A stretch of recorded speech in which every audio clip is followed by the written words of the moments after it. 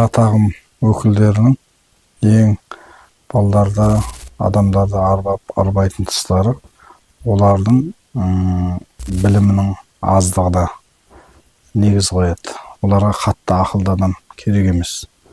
Одан кейінгі нәрсе, мынау критикалық ойлау қабілеті жоқ, салқынқанды ойлай алмайтын, эмоцияға берілгіш, жалаң фанатикалық эмоциялы адамдарды тартуға тырысады. Бұндай адамдарда өз сондай бір жеңілтек келеді. Одан кейін кімдер кетіп қалады деген кезде, көбінде мынау пайыздық көрсеткішін қарағанда оқымайтын, надандығы басым, ғылым біліммен шаруасы жоқ, өзінің бос уақытын көбінде әлеуметтік желіде өткізетін, компьютерлік ойындарда өткізетін, балалардың жат ағымға кету қаупі басым. Осы нәрселерді ескеру керек. Бұлардың осы ағымға кіргізуші тек қана ол діни адам емес, ол психологиялық дайындықтан өткен барлаудың адамы болуы да мүмкін.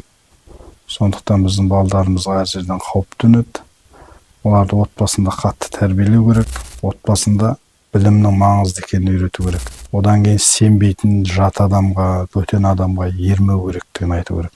Ең басты нәрсе құнды отбасы екенін айту керек. Одан кейін діни әдебиет, діни ғибадат жасағысы келсе, үйренгісі келсе, Құдаймен байланыс жасағысы келсе, оны діни ошақтардан, Қазақстан мұсылмандар діни басқармасының бекітілген уәкіл имамдарынан, ұстаздарынан ғана алу керек. Былайынша айтқан кезде өз балаңызды өзіңіз мешітке ертіп, қолынан ұстап, жетектеп, діни білім бермесеңіз, ертең сіздің қасыңыздан кеткенде, ортасы өзгергенде, оның діни білім беретін және діни рухани арқа сүйейтін ұстаздары осы ағымның өкілдері болып кетуі лезде ақ. Сондықтан балдарға сақ болыңыздар.